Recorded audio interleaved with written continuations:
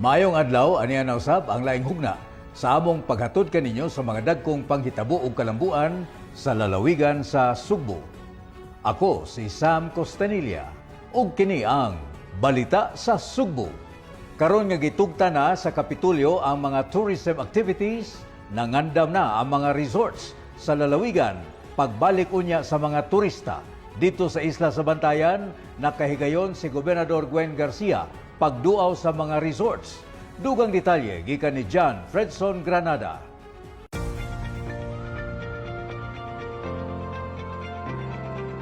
Karon nga gipaubos na og balik ang tibuok isla sa Sugbo sa General Community Quarantine, nangandam na ang resort owner sa lungsod sa Santa Fe sa Isla sa Bantayan sa pagbalik sa mga turista.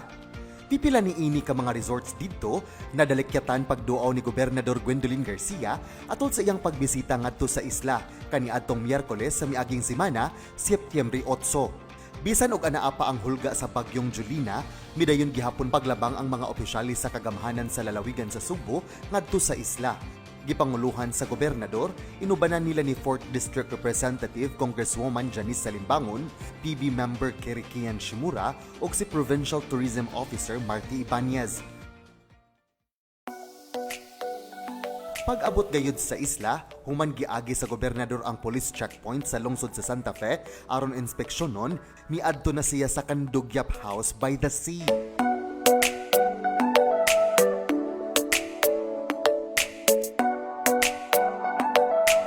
Misikat ang maong resort tungod kay mao kini ang gisyutingan sa movie nga Camp Sawi, nga gipangunahan sa sikat nga aktor nga si Sam Milby.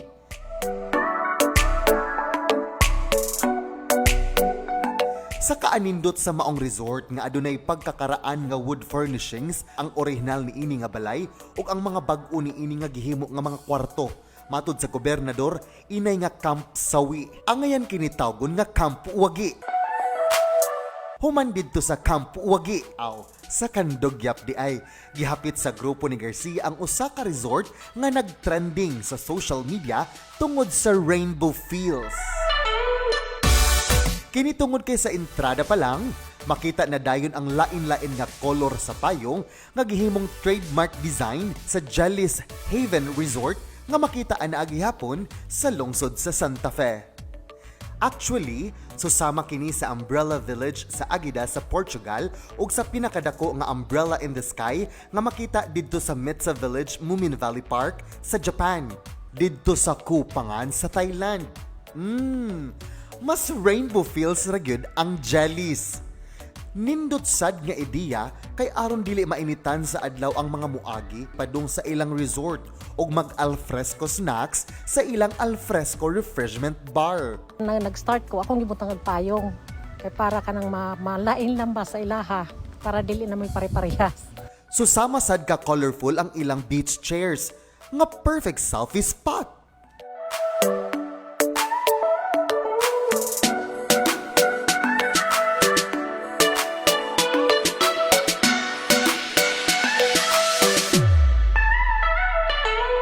Wa gyud makapugong ang mga opisyalis kay naka-shopping gyud sila sa souvenir shop.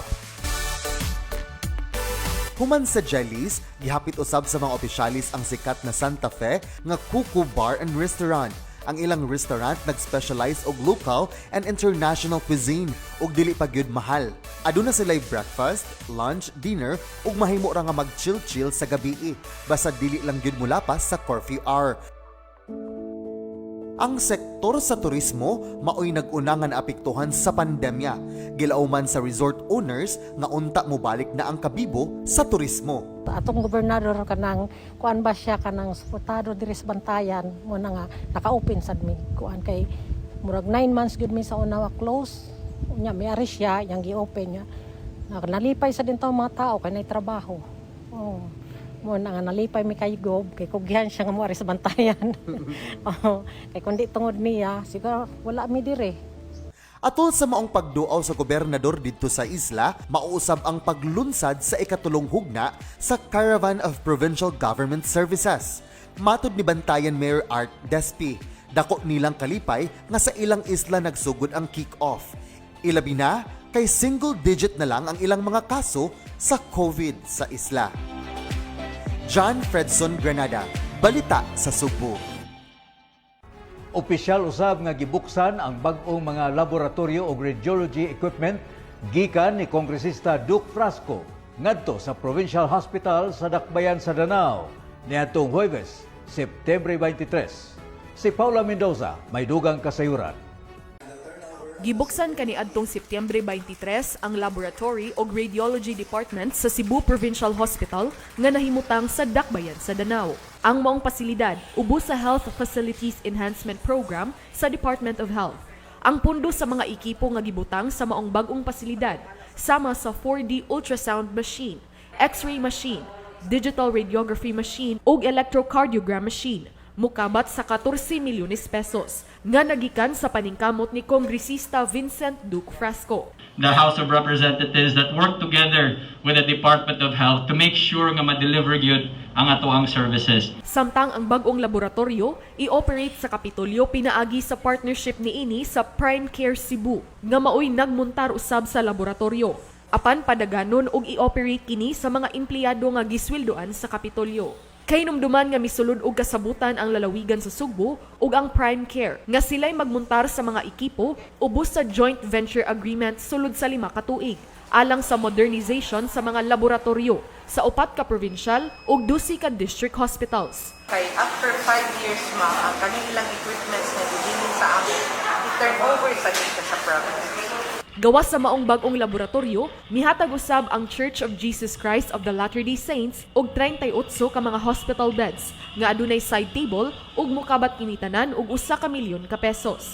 Ang mga elders sa Church of Jesus Christ of the Latter-day Saints nagkanayon nga ang maong tabang dili lang sa mga miyembro sa ilang simbahan, apan aron usab makatabang sa ilang mga kaigsuonang mga Sugboanon nga nagkinahanglan ilabi na karong panahon sa pandemya. Well, look at us now.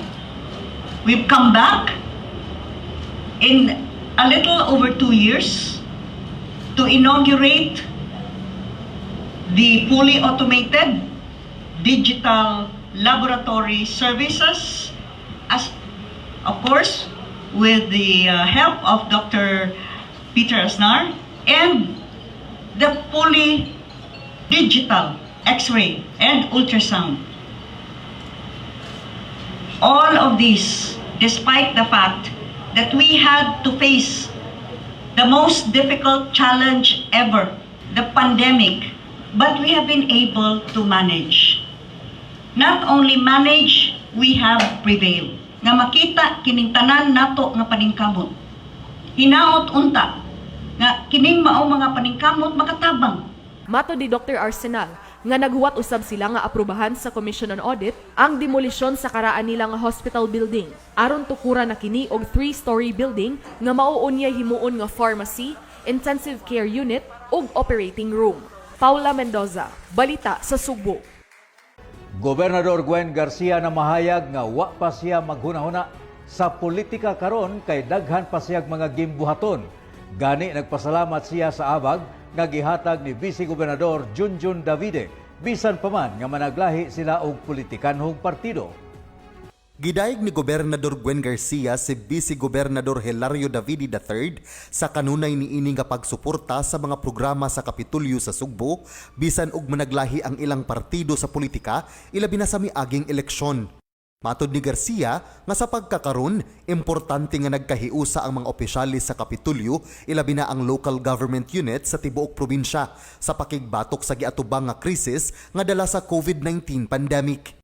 Kana lang yun ang akong ikapasalamat, no? Kay without their full support, I don't know the mahimutang bakata karon sa atong ikabutangan.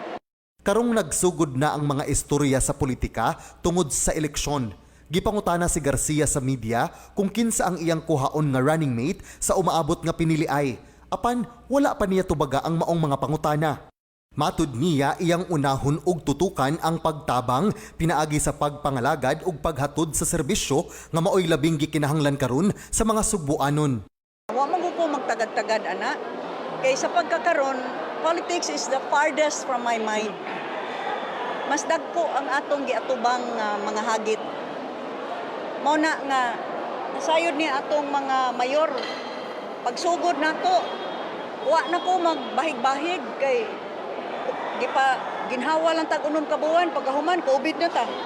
Mo nang gihiklin, gipadaplin usan akong politika. Nya hangtod karon, gipadaplin gihapon na nako. So wa gyud ko maghunahunag kinsa may mukontra nako. Samtang alang katong nagsugod nag politika, mao kini ang mensahe sa gobernador sa mga tawo nga misaway sa iyang pamunuan ug nagpakaron ingnon nga wala kahibaw sa kung unsa ang tinuod nga kahimtang sa lalawigan sa Sugbo. Either he does not know or he pretends not to know. And that is worse. Makamao na ang mga tao mo tanaw. And they have their own mind. You cannot continue to create your own half-truths or outward lies.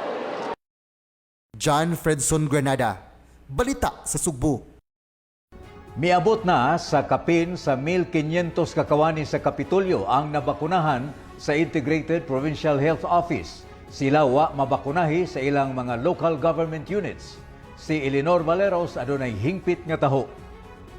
Kapin sa 1,500 ka mga empleyado sa Kapitolyo ang nabakunahan na sa COVID-19 vaccines. Kapin katunga kini sa kinatibuk-an nga gidaghanon sa mga empleyado nga moabot og 2,800. Mato di Dr. Cristina Yango, pangu sa Integrated Provincial Health Office kon IPHO, nga nagsugod ang Kapitolyo pagpamakuna sa mga empleyado niadto pang buwan sa Marso. Hapit na nahatagan na sa ilang second dose, gawas lang niadtong aduna pay gipamati sa ilang mga lawas. Midugang si Yango nga dili lang mga empleyado sa Kapitolyo, adunay mga empleyado nga naapil pod ang miyembro sa ilang pamilya tungod kay aduna may sobra nga bakuna. Samtang kadtong ubang mga empleyado didto na nabakunahan sa ilang local government units. Giklaro usab niya nga wala gid pugsa ang mga empleyado nga magpabakuna ug ilahagay kini nga kabubuton. We have kanang vaccinated a total of 1,500 employees sa Capitol. Wala ta mamugos nila. Mutong natay uban na tagaan man sad gani na murag quick substitution fan na kay aron dili lang malabay ang vaccine. Ana na time kay wa mo tunga ang uban.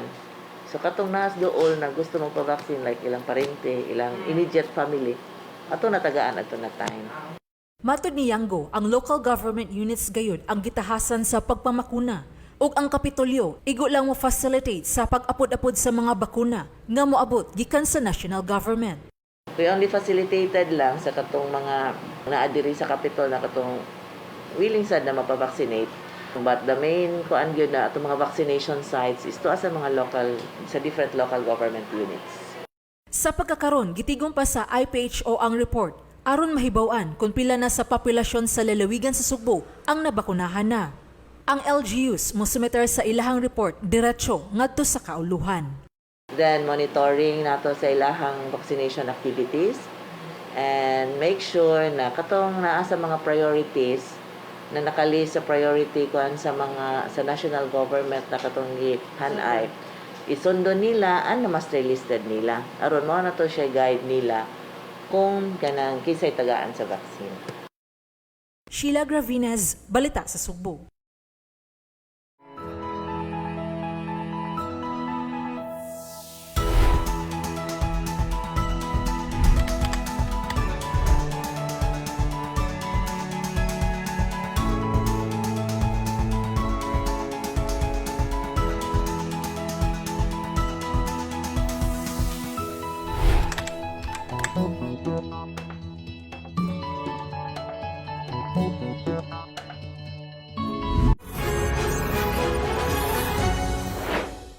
Aduna nay 48 ka nag-unang contenders sa Sugbo Negosyo Program. Magpahigayon usab sila og exhibit diin i-display ug ipamaligya ang ilang mga produkto.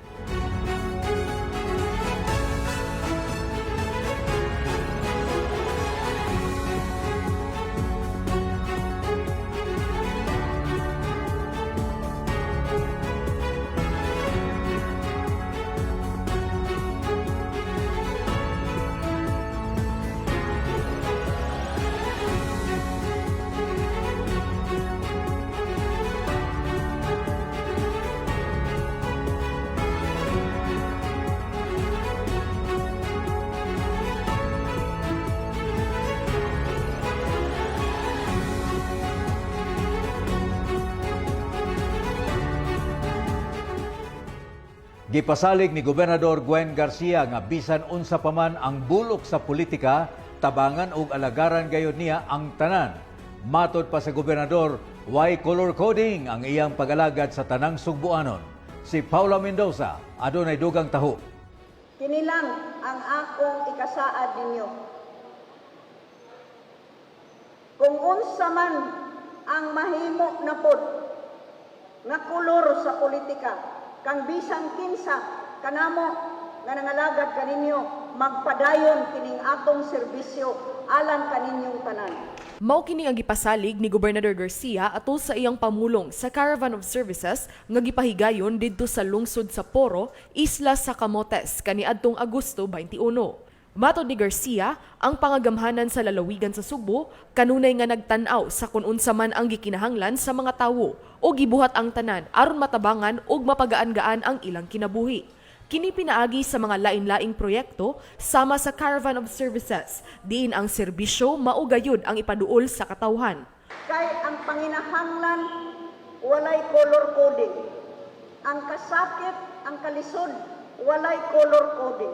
Busa ang pagpangga, pagmahal o pagserbisyo ni Gwen Garcia o sa Cebu Provincial Government wala usab in color coding. Mauusab ang gibati sa tulo ka mga pangulo sa mga barangay kapitan sa lungsod sa San Francisco, Poro ug Tudela. Bisan sa lain-laing bulok sa politika nga ilang gilabanan, nagpakita og panaghiusa ang tulo ka mga lider sa pangalagad. Bisag koan mi kanang lahi-lahi ang amo ang mga politikanhong gidapigan, siguro wala gid nagmind ana. So tanan-tanan mga tabang alang sa among katawhan iyaha gyud gibobo diri sa Isla sa Camotes. Gawas sa Caravan of Services, gisugdan na usab ang pagpasemento sa 2.12 kilometros nga dalan gikan sa Barangay Calmante ngadto sa Daan Secante proper, lungsod sa Tudela, nga nagkantidad og dulan 20 milyones pesos. Gawas ni ana, gipasalig usab ni Garcia nga ilahos ang maong pagpasemento padung sa Barangay Villahermosa aron mokonektar na ang tanang dalan nga adunay gitas-on nga 395 metros. Gibalikan ta sa gobernador sa atong buhis. Di kay ato lang buhis. Di man magmakuli ang gobernador. Wa man siya color coding. Niya na lipay ta kay wa magdumili og mahuman gyud na madugtong yun. Villahermosa to Calmante via Daan Secante, no? So kahuman na sa gidamgo sa mga tao additional nga 395 linear meters. Paula Mendoza, balita sa Subo.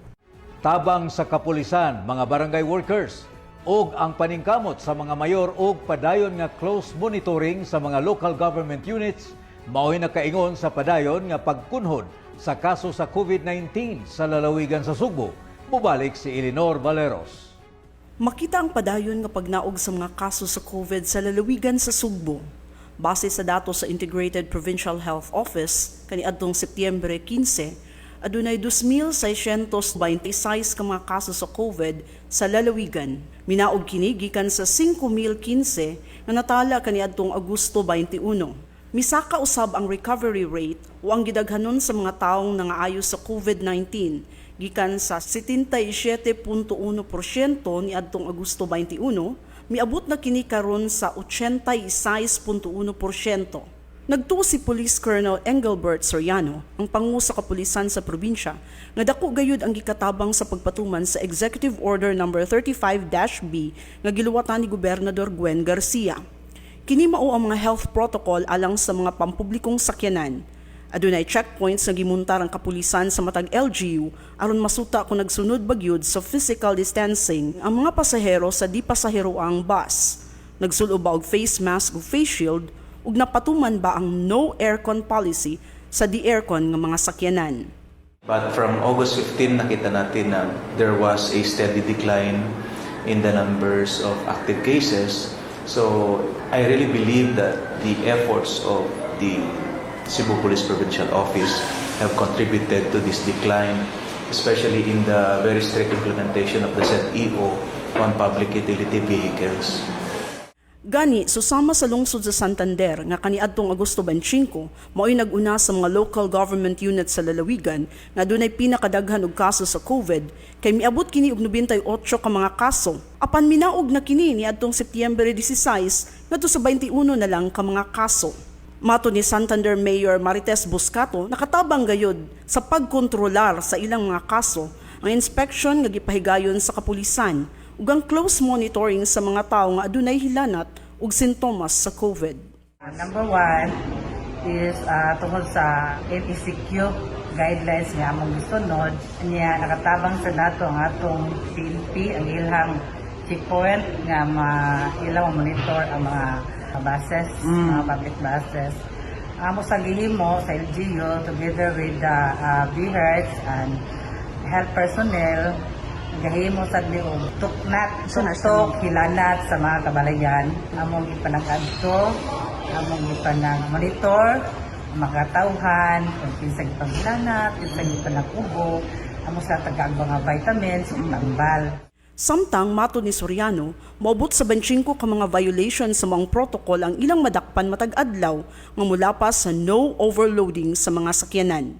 For violations of the provisions of EO 35B like particularly overloading and those passengers who are not wearing the face mask and the face shield. Okay, and then later on yung sa personal air purifier sa conductor and drivers. As of now, for the past 1 week, wala na kaming arrest or apprehension on non-wearing of purifier. Lahat sila meron na. This has been a big help for the police, especially for our enforcement of the same sa mga drivers and conductors, no, sa taxi drivers especially, para makita rin nila na we believe in what we implement. Mipakatapos sa mga personal ang kapulisan sa mga pantalan sa probinsya aron tan-awon kung aduna bay bit-bit nga negative RT-PCR o rapid antigen test ang mga pasahero nga moabot gikan sa laing probinsya. So far, very efficient ito. At yung mga LGUs naman sa port of destination nila sa province of Cebu, merong mga antigen testing center. So hindi po tayo nahihirapan in case na may tao. Hindi rin nahihirapan yung passenger kasi pwede nilang ma-miss yung test sa origin pero dito pwede naman sila at a very reasonable price. Dugang usab ni Soriano nga padayon ang pagpaningkamot sa kapulisan sa probinsya sa pagtabang sa komunidad karong panahon sa pandemya. Sama sa padayon nga pagpanghatag og libre nga face mask alang sa kadtong dili makapalit, pakapinan pa og libre nga mga utanon gikan sa ilang Sugbusug Gardens alang sa mga kabus nga mga tao.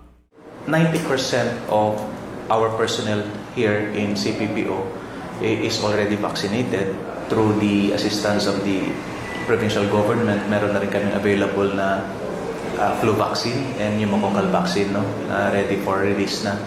Of course, yung continuous, yung vitamins namin na regular ang supply and yung fitness ng mga police natin. During this pandemic, we still see to it that the police, especially the CPPO, plays a significant role in the community.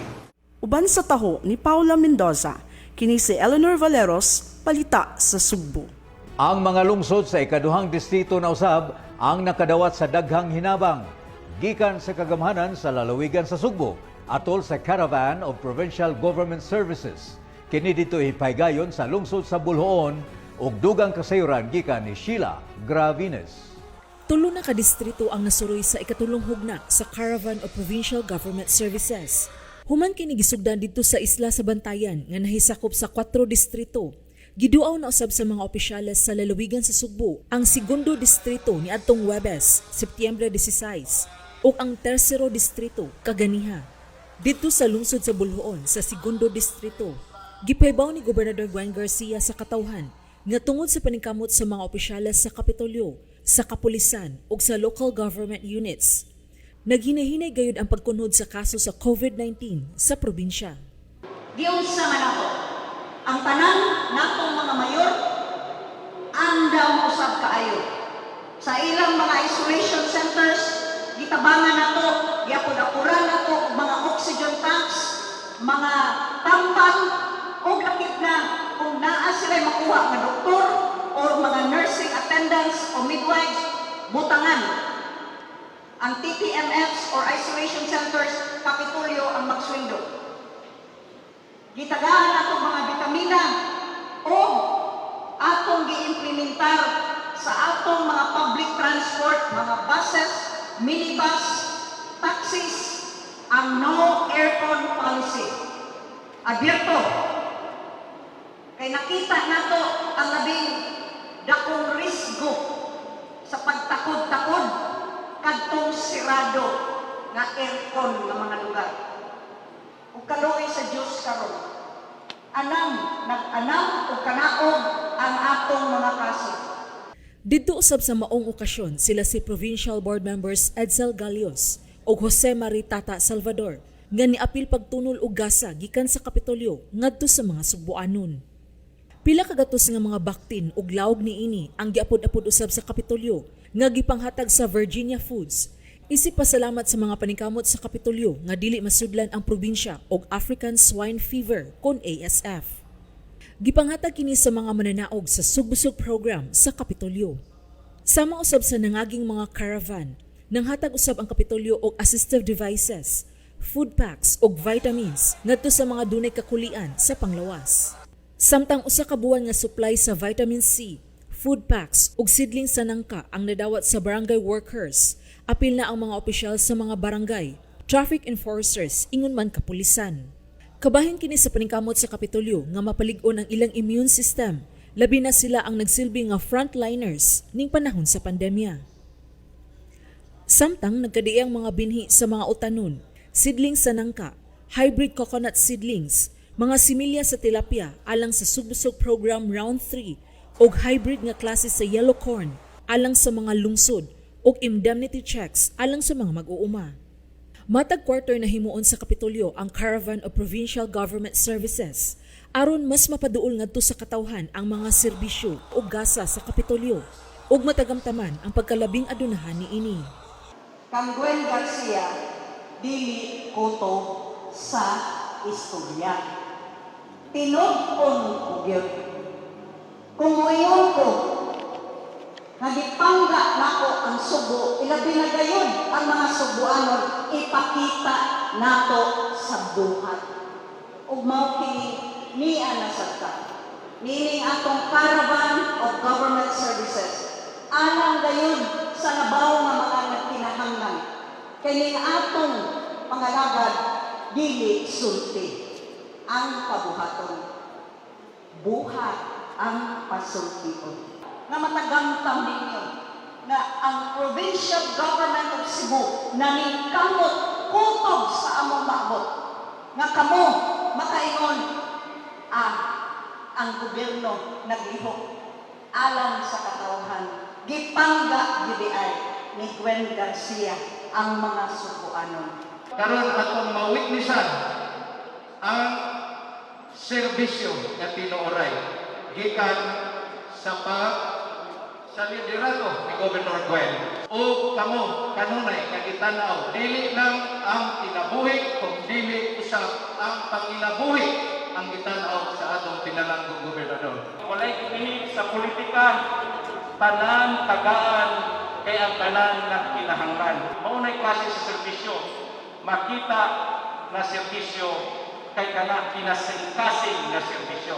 Atol usab sa caravan, gilusad ang mini tindahan sa Kapitolyo nga ang ibaligya maolang ang vitamin packs nga mapalit sa mga Subuanon sa mas barato kaayo nga presyo.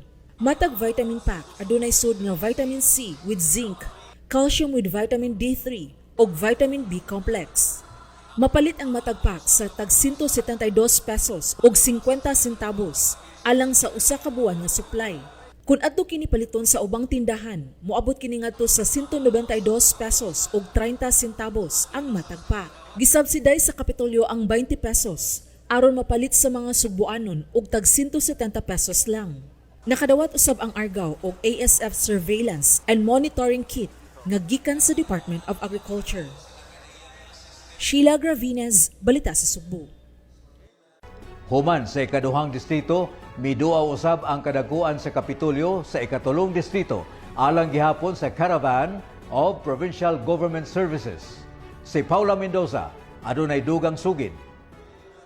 Ang ikatulong distrito na usab ang nakadawat sa mga serbisyo gikan sa Kapitolyo sa gipahigayon nga Caravan of Services didto sa lungsod sa Asturias kaniadtong Setyembre 17. Sa tanang mga distrito dinhi sa lalawigan sa Sugbo, ang tersero distrito mao'y labing unang nakadawat og mobile diagnostic clinic gikan sa buhatan ni Kongresista Pablo John P.J. Garcia nga gamiton sa Cebu Provincial Hospital nga naa nahimutang sa lungsod sa Balamban. Gawas kini sa mga ayuda ug gasa nga giapod-apod sa Kapitolyo ngadto sa mga persons with disabilities, volunteer workers, opisyales sa barangay, mga mananaog sa sugbusog contest ug sa kapulisan. Ang 10 milyones pesos nga diagnostic van mahimong makapahigayon og X-ray, ultrasound, obstetrics gynecology exam, electrocardiogram services ug doctor's clinic. Mao kini unya ang musuroy-suroy sa kalungsuran sa tersero distrito aron ang atong katawhan dili na kinahanglan mo adto paglayo o adto pagsudad aron nga makapa digital chest x-ray, pwede magpa-ultrasound, pwede ang mga mablos magpa-OP gyne examination, dunay ECG, dunay sa clinic sa doktor, no? Kini aron ang serbisyo nga medical, no, ato pag yung ipaduol ngadto sa katawhan sa tibuok tersero distrito. Tamis nga pahiyom ang ipakita ni Yen Estaniero, 5 anyos, gikan sa lungsod sa Tuburan. Human siya nakadawat og wheelchair. Usa siya sa mga nakadawat sa mga assistive device alang sa mga adunay kakulian sa panglawas.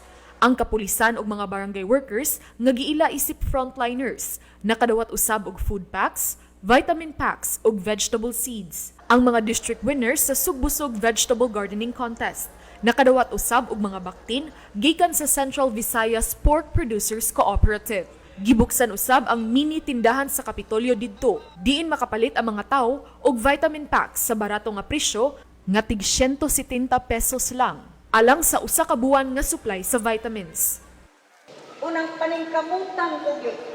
Ipaningkamutan nato nga ang katawhan masayod na iay ang panagamanan sa probinsya sa Sugbo nangita sa tanang kaagid nga mapaabot labi na sa labaw na kinahanglan sa mga panibisyo o hinabang. Paula Mendoza, Balita sa Sugbo.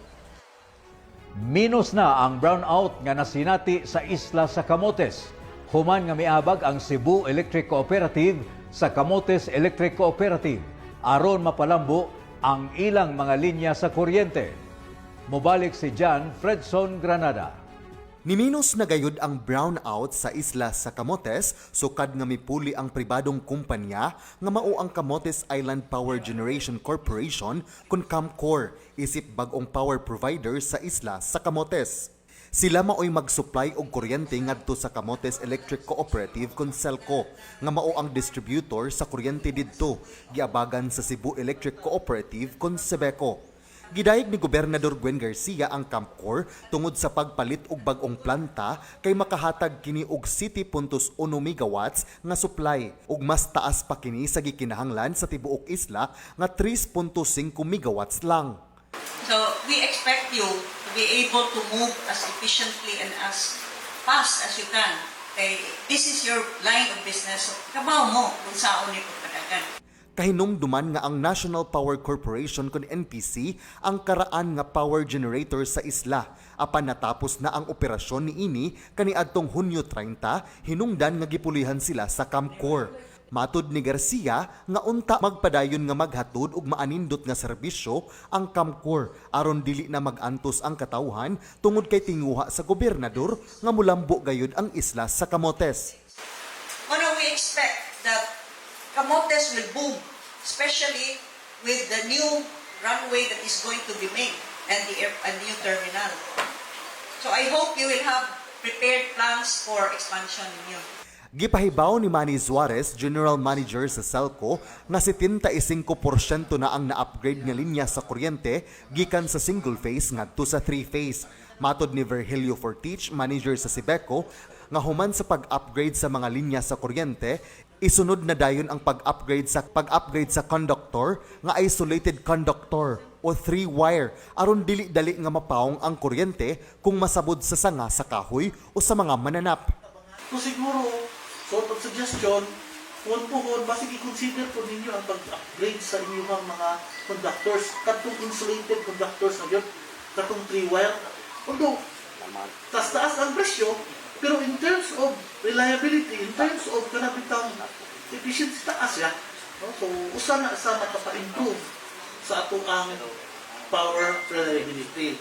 Gipasalig ni Suarez nga kanunay sila makigtambayayong sa Camcor ug sa Sebeco, ilabi na sa Municipal Disaster Risk Reduction and Management Office kon MDRRMO sa tibuok isla sa Camotes alang sa anam-anam nga pagpamutol sa mga sanga o kahoy duol sa linya sa kuryente.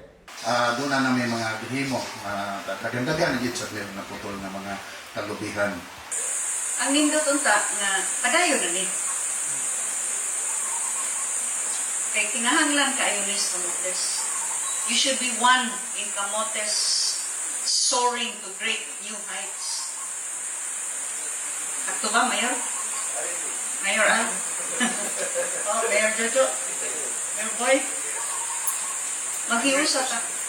Kay, importante, this is a very crucial component in the progress and development of Camotes.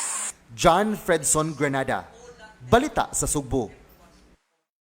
Gitugyan sa Department of Agriculture Regional Office ang usa ka veterinary mobile laboratory nga nagkantidad og 5 milyones ka pisos. Sa samang higayon, gihatagan na usab sa Kapitolyo ang mga kawani sa Department of Agriculture 7 ug mga vitamin packs. Ang taho gikan ni Eleanor Valeros. Gitugyan na sa Department of Agriculture sa rehiyon ngadto sa Kapitolyo ang Veterinary Mobile Clinic and Laboratory kaganiha. Sa samang higayon, gihatagan na usab sa Kapitolyo ang mga empleyado sa DA7 ug vitamin packs nga balig usa ka buwan nga supply. Ang maong mobile clinic gamiton sa Provincial Veterinarian's Office pagsuta sa mga sakit-sakit sa mga hayop ug makapahigayon gihapon kini og operasyon sa mga binuhing hayop. Mato di Provincial Veterinarian Dr. Mary Rose Vincoy nga ang maong mobile clinic mo serbisyo sa tibok probinsya diin pwedeng makapahigayon og check-up ug laboratory test sa mga binuhing hayop. Siguroon sa pag-adto sa veterinarian's office kadtong mga lungsod nga wala gayoy mga veterinarian sa ilang lugar. Kahinumduman nga kaniadtong miaging semana nagpinirmahay og kasabutan ang opisyalis sa Kapitolyo ug ang DA7 sa paggamit sa mobile clinic nga nagkantidad og 5 milyones pesos. Nakadawat usab kaniadto ang lalawigan og mga ekipo ug supplies gikan sa DA isip suporta sa African Swine Fever Surveillance sa probinsya. Uban sa report ni Paula Mendoza, Eleanor Valeros, Balita sa Sugbo. Gihangyo ni Gobernador Gwen Garcia ang kapulisan o Coast Guard nga susihon pag-ayo ang kargamento sa mga retailers o traders sa bus o graba. Kini aron masiguro nga hingpit sila sa mga papeles ug mibayad sa tukmang bayronon ngadto sa Kapitolyo. Si John Fredson Granada alang sa dugang taho. Sa makausap pa, gipahimangnuan sa mga opisyalis sa Kapitolyo ang mga negosyante sa bus o graba ug uban pang quarry resources nga siguraduhon nga sa mga lehitimong mangubkubay sila mangumpra aron dili sila maalanganin ug mamultahan bisan pa man kun na sila mga permits nga gihuptan. Gipatawag ni Gobernador Gwendolyn Garcia ang mga mamaligyaay og bus, graba ug uban pang aggregates ug quarry resources nga nag-operate dinhi sa lalawigan sa Sugbo atul sa usa ka tigom kagahapon Miyerkules, Setyembre 15. Apil usab sa maong tigom ang mga mayor sa local government units nga adunay dagkong quarry operations ug mga opisyalis sa kapulisan ug Coast Guard.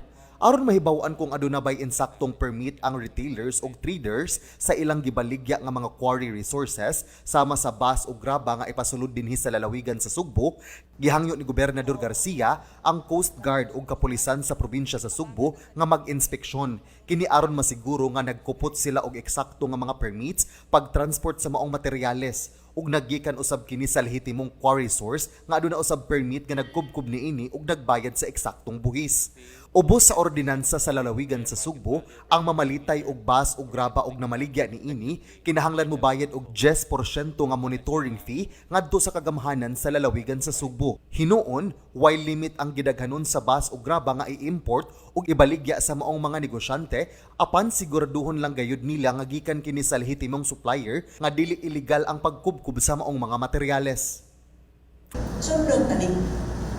O katong dili mo sunod, dili ko musulod nga makalusot. Manahangyoon ako ang atong law enforcers ug bisan pa magani dayon karga ang atong mga shipping operators na mutabang sa pagmonitor.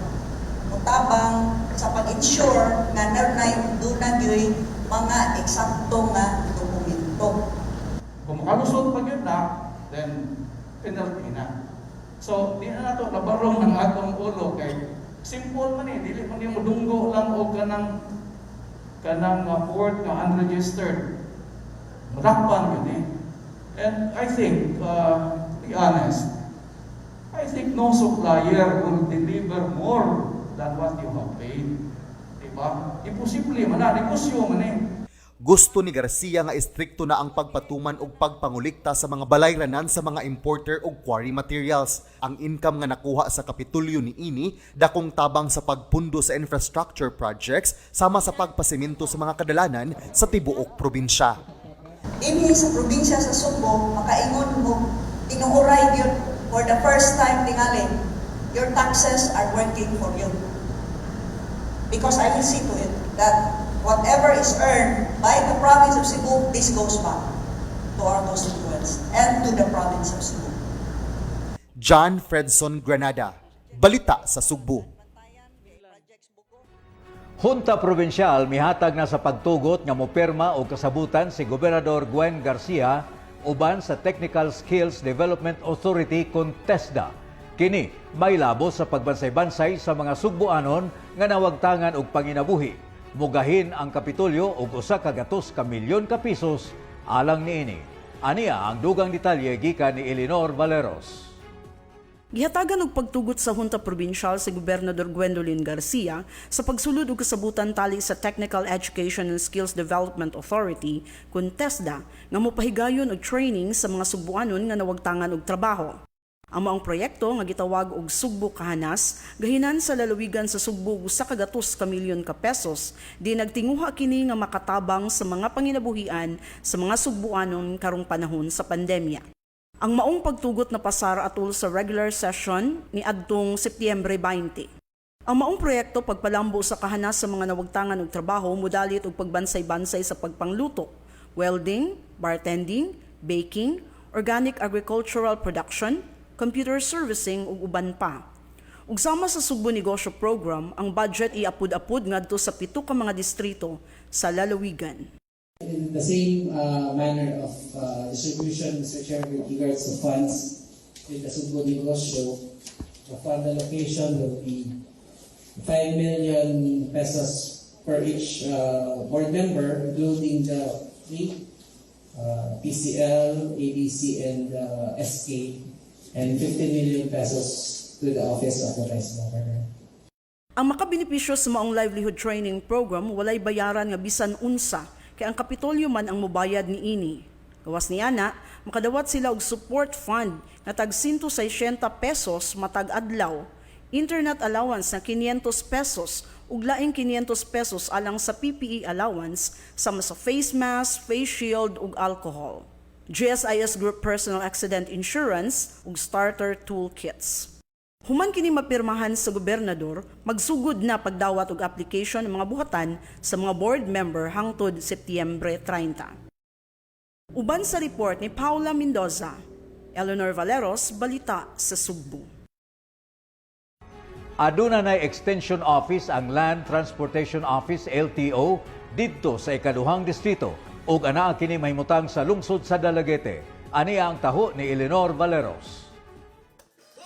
Laing Extension Office na usab ang giablihan sa Land Transportation Office ning higayuna diha sa lungsod sa Dalagete.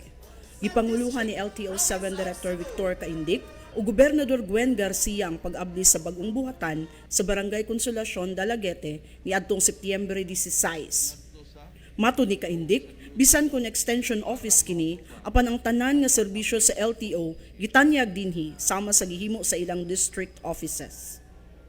Kini sama sa pag-issue og rehistro, lisensya o pagparenew og lisensya.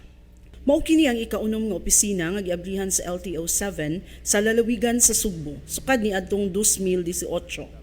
Ang laing mga buhatan sa LTO nga nabuksan ubos sa pagdumala ni Kaindik na himutang sa Balamban, Poro sa Isla sa Camotes, Bantayan, Ronda ug Dakbayan sa Karkar.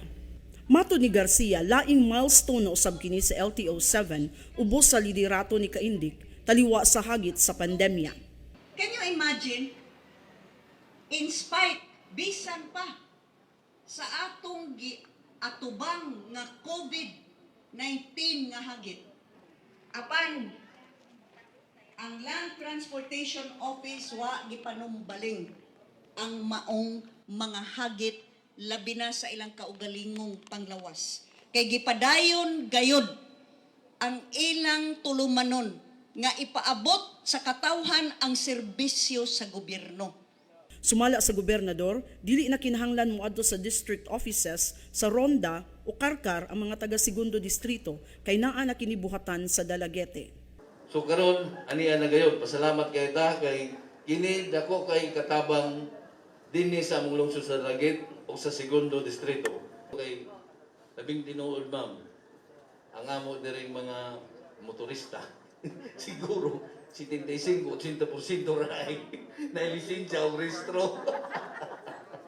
Dalit tinawad ako ay katabang ni layo man kay ang Karkar. So dako kay katabang ninyo. So hinaot ko nga kining kalambuan ni sa atong lungsod magpadayon. Sa iyang bahin, matud ni Kaindik, hayan dugang mga buhatan ang ablihan sa mga lungsod sa Alcoy ug Liloan sa higayon nga maaprubahan sa Kongreso ang balaudnon nga giduso nila ni Congressman Duke Frasco sa ika-5 distrito ug Congressman Wilfredo Caminero sa ika-2 distrito. Og dako kayo gud ang suporta nga si Governor Gwen moy usa sa mutabang nato og endorso sa atong mga inisyatiba kay aron nga mahatagan gyud og prioridad ang pag-implement sa project dili lang dinhi sa ato ang probinsya kundi ang pagsuporta sa national government. Uban sa taho ni Sheila Gravines, Eleanor Valeros, Balita sa Sugbo.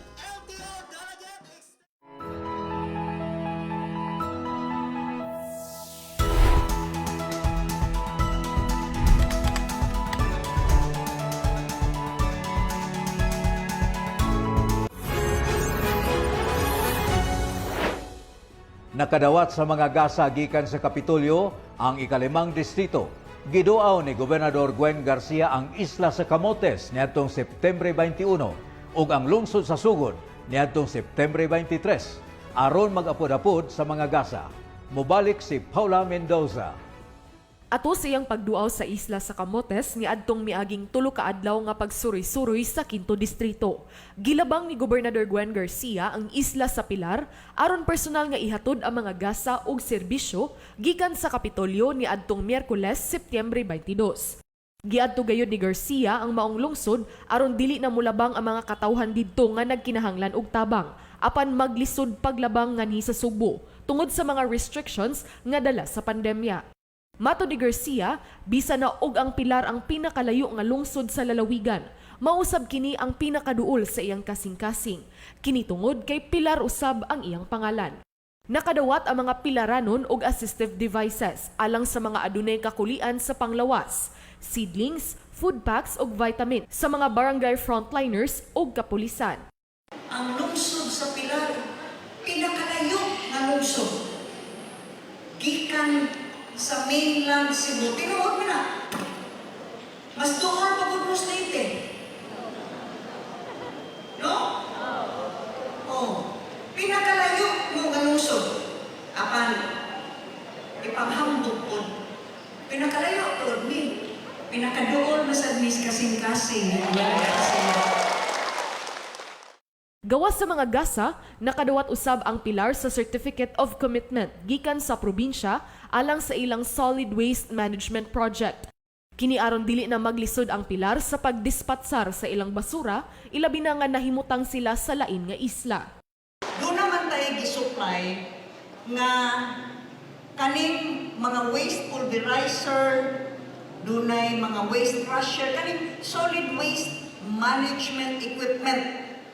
Nganong sa uban mga lungsod sa mainland, ningo ko ang labing na kinahanglan karon ang pilar. Apan, hopefully, di pa matapos ang tuig, mapahimutan na kining atong solid waste management program equipment. Nganhi sa ilan. Ang maong solid waste management equipment naglangkob og usa ka unit nga conveyor, rapid composter, waste pulverizer, crusher, mixer og paving block machine press nga nagkantidad tanan og 6 milyones ka pesos. Samtang gipasalig usab ni Garcia ang pagpasemento sa 20 ka kilometros nga provincial road sa lungsod sa Pilar.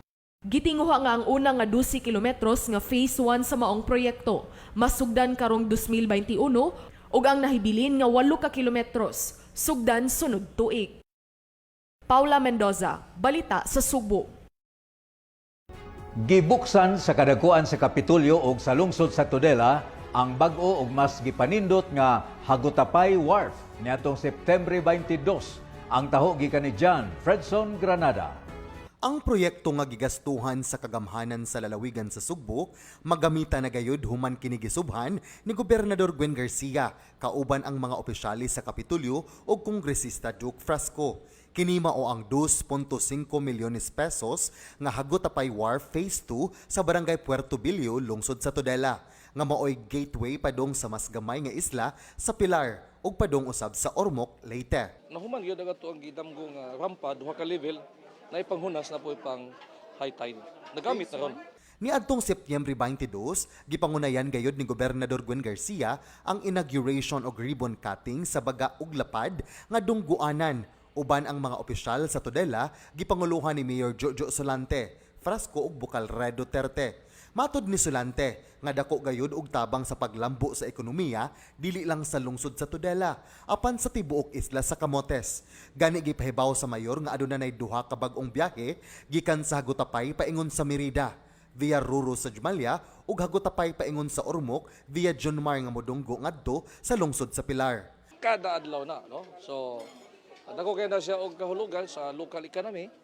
In fact, ang ato ang Hagutapay Wharf nikita gyud tungod ini ato ang improvement dinhi sa Hagutapay Wharf.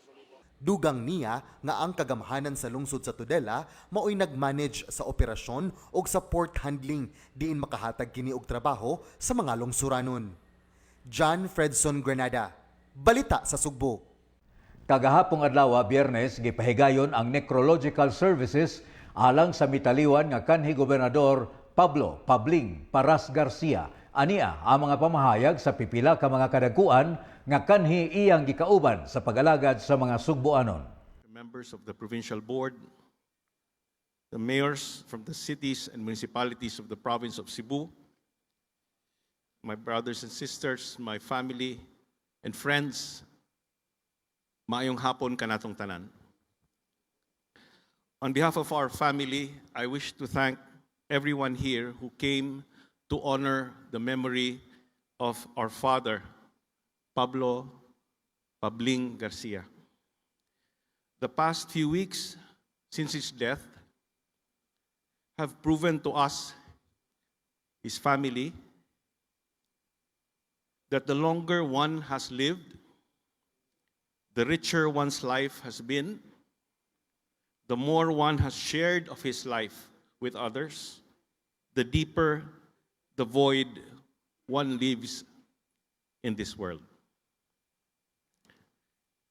This tribute that you have so generously paid to our father consoles us in this grief, that although his life is no longer is, it was a long, full, and meaningful one.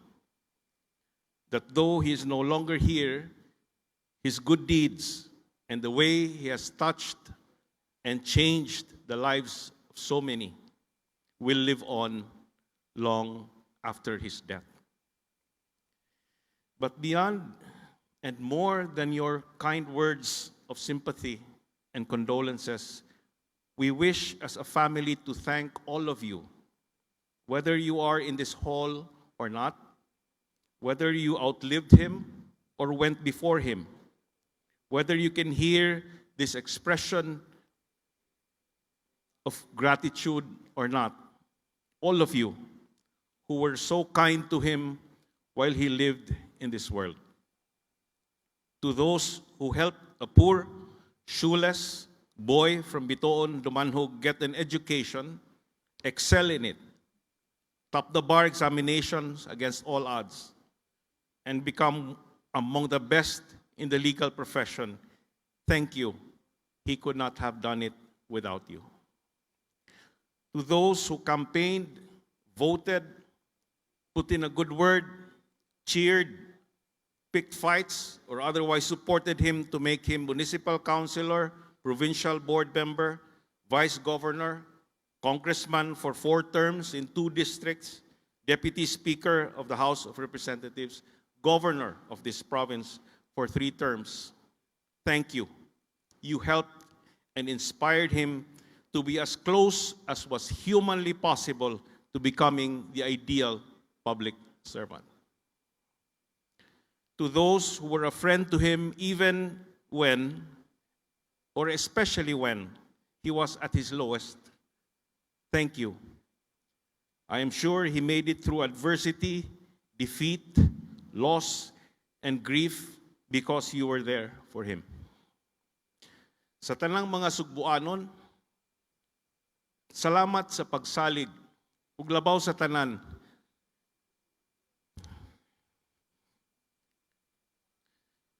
Sa kaayo nga inyong gipakita o gipabati sa among amahan, sa iyang 95 ka tuig niining kalibutana. Kaming pamilya, dili gyud namo kana kalimtan. Siya ang tinubdan sa among prinsipyo sa panerbisyo nga dili sulti ang pabuhaton, buhat ang pasultion. Sa inyong gipakita kanamo karong adlaw o sa mga miaging semana, sukad siya nga mitaliwan niining kalibutana. Kami hugot ang pagtuo nga ang iyang mga mayong binuhatan magpabilin sa panumduman o sa kasing-kasing sa tanan Sugbuanon. Daghan kaayong salamat ug maayong gabi kanatong tanan. Daghang salamat, Deputy Speaker Pablo John A.J. Garcia. Pablo Paras Garcia was many things to many people. Son, brother, husband, father, and friend. He played many parts in our nation's history. He was a lawyer, a statesman, a governor, and a lawmaker. Pabling had been that constant presence to remind us that there is good in the world and that we can all become purveyors of it. Pabling was a giant of a man by any standards. It is said that if there be any truer measure of a man than by what he does, it must be by what he gives, devoting himself to God, family, and country. Pabling's life had been a gift to the world. He was an exemplary and kind figure with a firm and gentle hand, leading us to live by his example with integrity, humility, and compassion for others.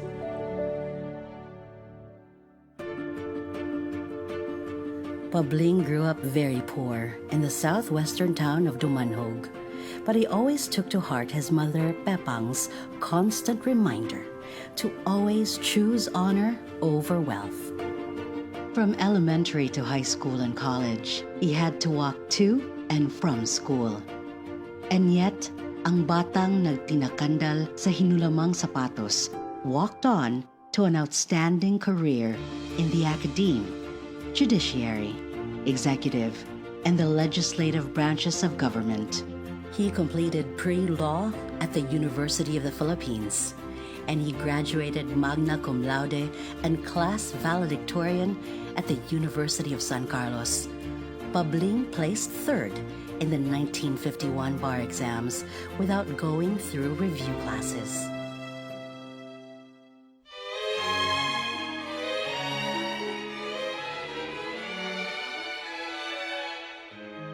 It was during this period that he met Esperanza Fiel, or Inday. Fairy tales can come true.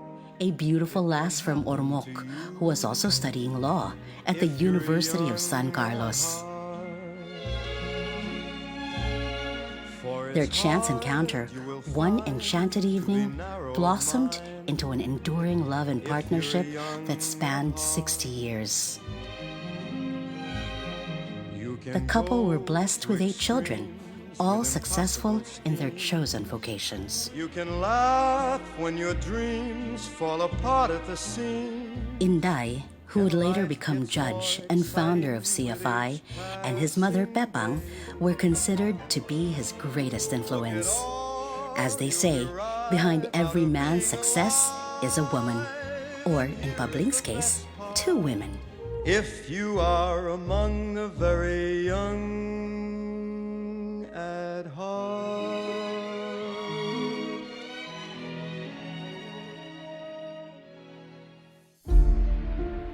Pabling's brilliance became apparent when he appeared in court and won his first court case, even before he officially became a lawyer. Pabling rose from the political ranks starting as Domanho councillor at the age of 26. He became provincial board member, vice governor, and governor. He was elected congressman in 2 separate districts, first at the 3rd District of Cebu and then the 2nd District. Recognized as a House Constitutionalist, he became Deputy Speaker of the 12th and 13th Congresses. He filed landmark legislations and fought landmark legal battles.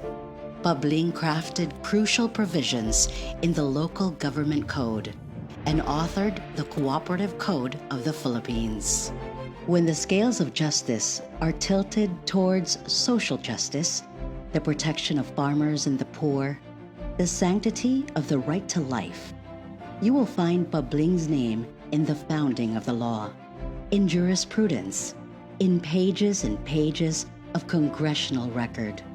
Once interpolated for a controversial but necessary bill to curb heinous crime, he was asked why he staked his record and reputation on defending such a bill. His answer was simple: Justice, Mr. Speaker. He earned a papal award in 2010, and being a legal luminary and well-known constitutionalist, Philippines presidents sought his wisdom in making decisions. As governor, Pabling built the Legislative Building and the new Cebu Provincial Detention and Rehabilitation Center. He was also responsible for the construction of the Cuatro Caminos, the Vegetable Highway, and over 500 kilometers of road across Cebu. He was the first 3-termer governor after martial law. He ended up touching the lives of many Cebuanos, most of whom are not even aware that his most significant achievement for Cebu was done as a private citizen. He was passionate in protecting the interests of the province, suing capital officials when they stripped the provincial government of its land holdings by donating all properties to Cebu City. In the end, Pabling recovered capital's properties. His courageous act as a taxpayer is the reason the province of Cebu today is the richest province in the country in terms of assets. The culture of excellence that Pabling created served as a mirror for his family. His children are extensions of his brand of public service, where honor, integrity, and general welfare are of paramount importance. It is no wonder then that Pabling's family would make a mark in their chosen fields. Gwen, first woman governor of the province of Cebu, and like her father, Deputy Speaker of the House of Representatives. Deirdre, an economist based in the United States. Winston, former president of GSIS and now chairman of CFI. the late Nelson, former mayor of Dumanhog. Byron, originator of the world's famous CPDRC dancing inmates.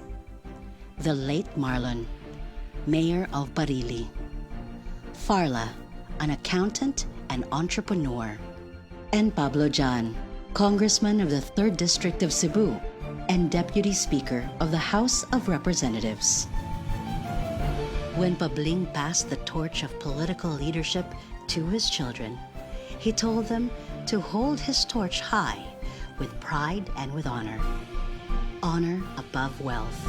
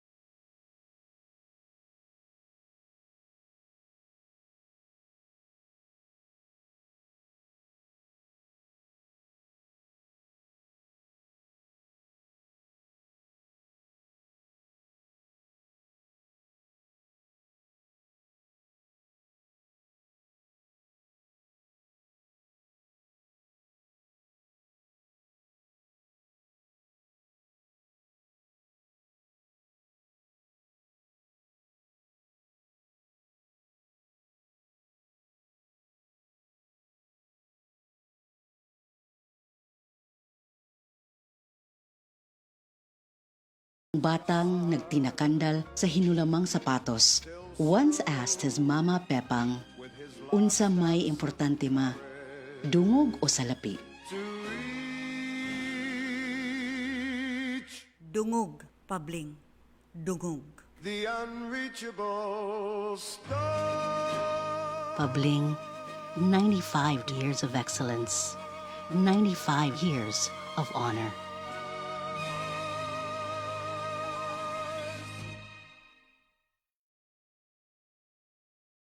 Maukadto ang mga kalambuan gikan sa Kapitolyo sa Sugbo.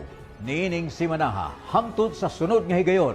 Ako si Sam Costanilla. Mabuhi ka Sugbo. Mabuhi kitang tanang Sugboanon.